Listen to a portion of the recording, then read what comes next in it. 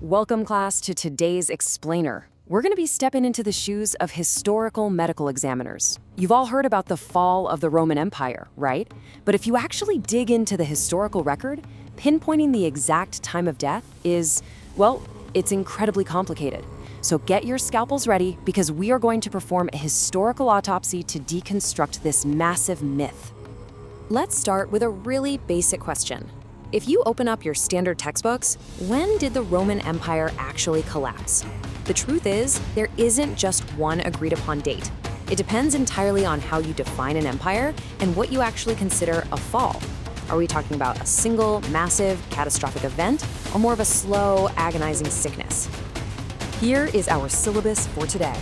We'll be evaluating 4 distinct candidates for the true time of death. First, the symbolic shock of 410 AD. Second, the quiet whimper of 476. Third, the fatal blow of 468. And fourth, the dramatic end in 1453. Finally, we'll diagnose the true collapse. Let's quickly look at the timeline. Mapping out these 4 suspect dates, you'll immediately notice they span over 1,000 years. That alone should tell you we aren't dealing with a simple overnight collapse here. Okay, let's dive right into our first suspect, the symbolic shock in 410 AD. Picture this, August 24th, 410 AD. The Visigoth King Alaric sacks Rome. This is the very first time the city had fallen to a foreign enemy in 800 years. The last time was by the Gauls way back in 390 BC. You can imagine the immense psychological trauma this caused across the empire. Just look at this quote from St. Jerome. The city which had taken the whole world was itself taken. People literally felt like the world was ending. In fact, pagans started blaming Christians for abandoning the old gods, which was such a huge deal that it prompted St. Augustine to write his massive masterpiece, The City of God, just to defend the faith. But here's the catch. Physically and politically, the empire actually survived this sack. The capital wasn't even in Rome anymore. It had already moved to Ravenna. There's even a famous, albeit maybe apocryphal story about Emperor Honorius.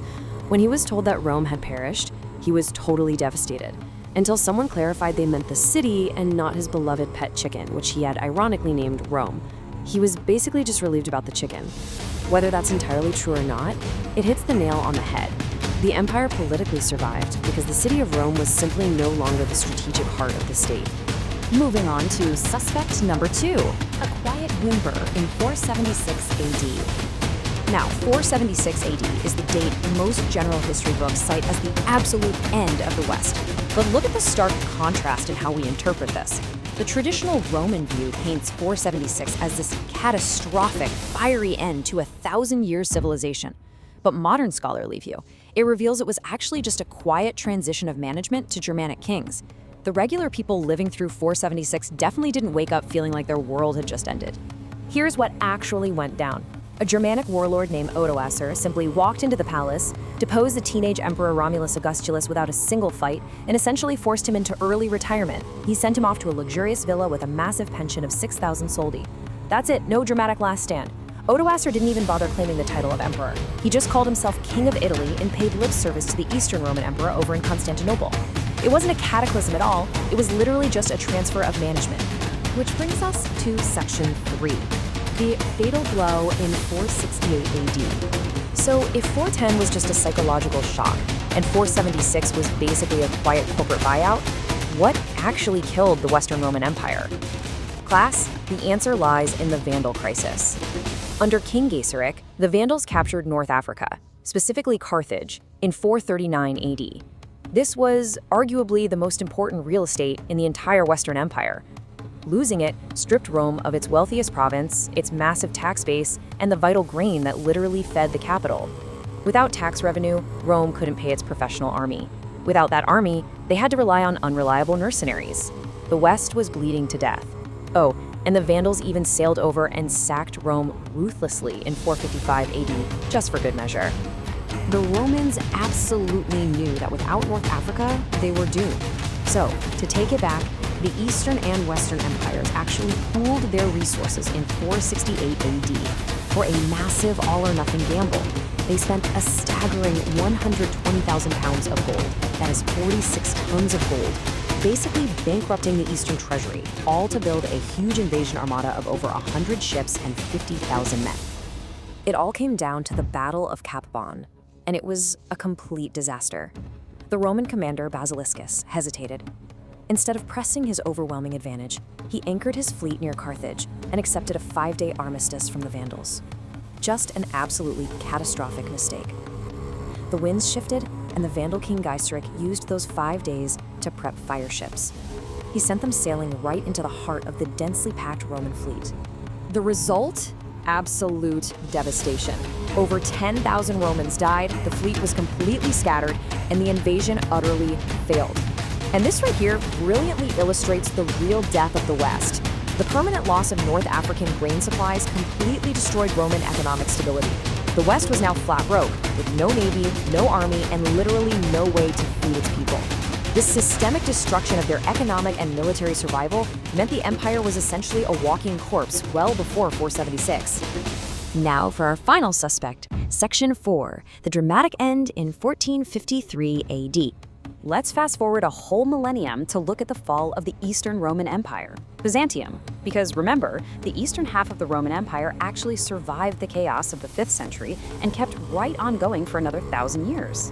But look at the incredible disparity in forces here. In 1453, the Ottoman Sultan Mehmet II brought state-of-the-art artillery. We're talking massive cannons that could shatter ancient stone, and roughly 60,000 troops, including elite janissaries. Against this absolute juggernaut, the Byzantine Emperor Constantine XI mounted a defense with less than 8,000 soldiers. Now, Constantinople had the greatest walls in the world, the Theodosian walls, but even they just couldn't withstand this new age of gunpowder forever. It's fascinating to contrast these two very different ends. The Western fall in 476 AD was a quiet dissolution. It was economic starvation. But the Eastern fall in 1453 AD, that was an explosive siege and a dramatic final stand, with Constantine XI dying sword in hand at the gates of his city. That is the cinematic, dramatic fall of an empire we all picture in our heads, which is vastly different from the fading, bankrupt whimper of Western Roman authority. Section 5. Diagnosing the true collapse. Okay, it's time to conclude today's lecture and sign the historical death certificate. Here is your final autopsy report. 410 AD, purely symbolic. A massive shock to the system, sure, but survivable. 476 AD, just a political formality. The Western Empire was already long dead by the time Romulus Augustulus got his pension. 1453 AD, that was the definitive death of the East. But the true culprit for the fall of the West? That's 468 AD. The naval failure at Cap Bon proved absolutely fatal to Western survival because it represented a systemic catastrophe. Without the wealth and grain of North Africa, the West literally economically starved to death. I want to leave you with this thought to ponder today. As we look around at our own world, do modern superpowers fade with a dramatic, explosive siege? Or do they crumble through quiet economic failure and the loss of their vital supply chains? If the mighty Roman Empire was truly killed by bankruptcy and the inability to fund its own survival, how might modern empires face their end today? Thanks for joining me in this explainer, and keep questioning history.